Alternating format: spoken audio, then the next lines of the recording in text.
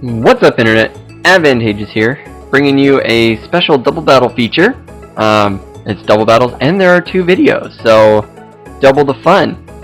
So, in this episode, I'm actually showing a different strategy here that I use with my belly drum Marowak. I brought a Trick Room Gallade, and this thing was it's really fast Mega Gallade, but it has that inner focus. And Trick Room with support, it doesn't really matter that it's really fast, because it just doesn't have anything that's going to get hindered by by Trick Room, pretty much. Because they're just different priority moves, so it doesn't really matter. So I Mega Evolve with the Gallade. I see a Weavile. I'm praying it doesn't touch me. So this one was a little bit different. I would usually protect with Marowak and go for the Trick Room.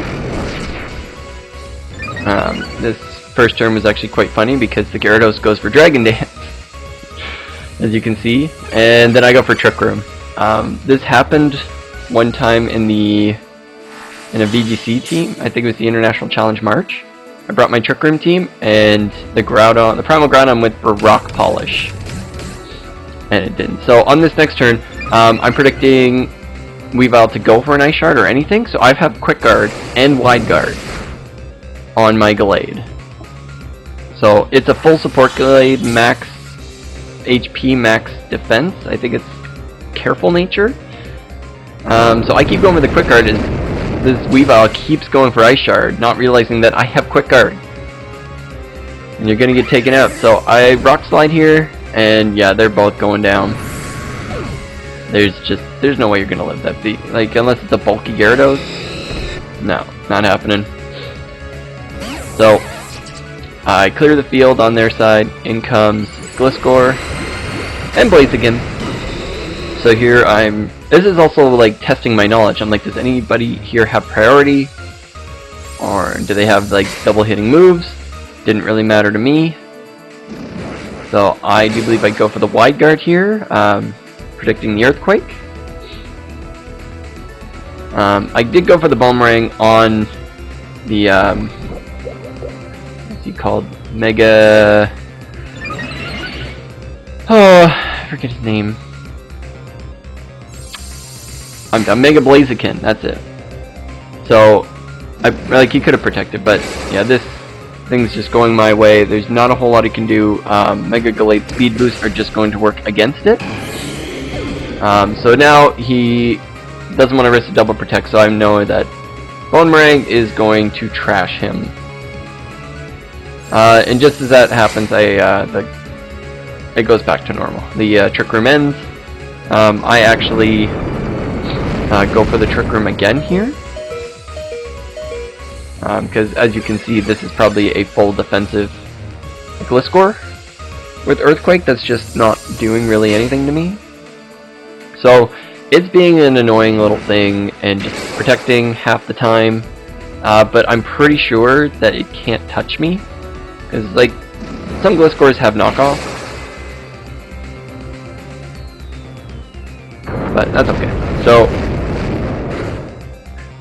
finally I get this Rock Slide off, and it lives with 1 HP. So I'm thinking, yeah, you're definitely max HP, max defense. I kept coming across that. Marowak's got a ton of attack, but it just, I don't know. It's got a low attack stat, but with Thick Club, Belly Drum, Adamant Nature, max attack, these things should be dropping like flies. So I don't get it. But that's the first battle. Pretty just where Gallade is just a nice support character. Getting the Trick Room up, I don't have to worry about guessing anymore. The only guesswork is Quick Guard versus Wide Guard. So Mega Gallade is great. So I'll get into the next battle. Alright, so next battle here. Bringing a little bit of team. You didn't get to see any supporting Mons in the back. They're pretty much fully offensive. But we'll get the battle started. Same strategy. But as you can see on the other side, there were some Ubers. So I kind of like going up Ubers sometimes. OU, really annoying teams are I don't like going up against, but Ubers I kind of just take it you know what, this match is a wash anyways. I might as well just, give it a try. So same sort of strategy. Dragonite actually goes for Dragon Rush here, which is like, okay, yeah, that's interesting. I'm not predicting any like immediate attacking threats from either side, so I decided not to protect. As Snorlax actually has Seismic Toss, which is pretty interesting. And it has Life Orb Seismic Toss, so the 30% more! So much power! So I get my Trick Room up. I decided to protect with Marowak because I don't believe I can take this Snorlax off. And I was expecting Dragonite to have the E-Speed. So I'm gonna get the Body Slam there by Snorlax as I go for the Brick Break. Now it was interesting on this fourth move for Gallade what I wanted to bring. And because I wanted to bring Drain Punch for that sort of sustain. But yeah, it's just like Brick Break was there in case somebody set up a Reflect. So Snorlax is actually going to Body Slam the threat this time. Finally, somebody acknowledges the threat on a team. So now I'm in a sticky spot because I've got two fast Mons. With yeah, Trick Room up. So it's where the Trick Room strategy didn't really work. It was supposed to work in the way of Marowak was supposed to stick around long enough where he would die just as Trick Room would be out or kind of around there, and then my faster Mons would come in.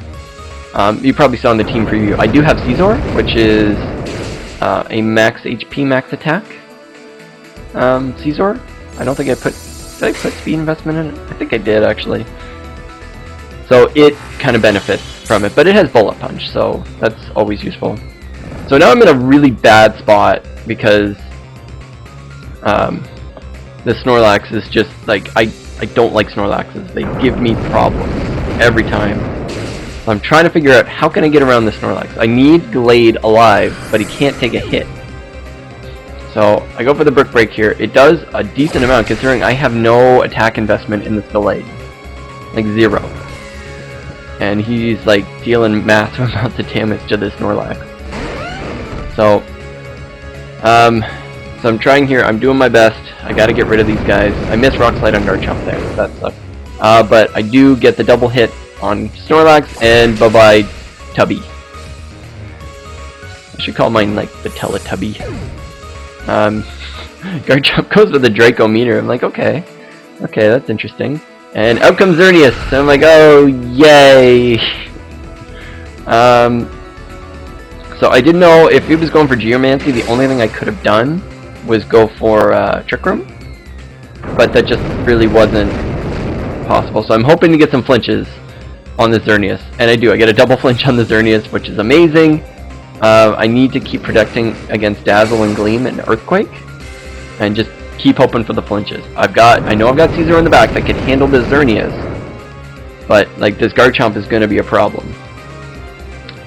So finally, the flinch doesn't work. I get rid of the Garchomp, or the Garchomp gets rid of my Gallade.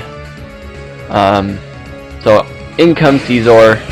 I know it's got the Flamethrower, but the Xerneas, if it gets a Geomancy off, I'm done. So Bullet Punch on the Xerneas, and I miss my Rock Slide again, the second time on Garchomp, and he Flamethrowers me, and there's no way I'm looking at it. No, especially since this seems to be a special Garchomp. So it seems like it has special attack investment. So now there's no point in going for attacks or Rock Slides anymore. I'm just going to go for the full out damage because Earthquake is my strongest move. Draco Meteor is pretty strong. It doesn't take me down to my Sash, but it doesn't really matter. And here I'm like, alright, I need him to miss. I won't live. He goes for the Draco again and he misses, and that's going to be the game. So, really close match. Even though he brought some very interesting sets, still kept that close. Or at least recognized the threat. That was the thing. Somebody asked in the comments on my first or second video about, like why doesn't people recognize the threat? And finally he did. So that was at least nice in this battle that they recognized the true threat in Marowak. He's a boss. Love him. So I hope you guys enjoyed this video. and I'll see you in the next one. Bye-bye!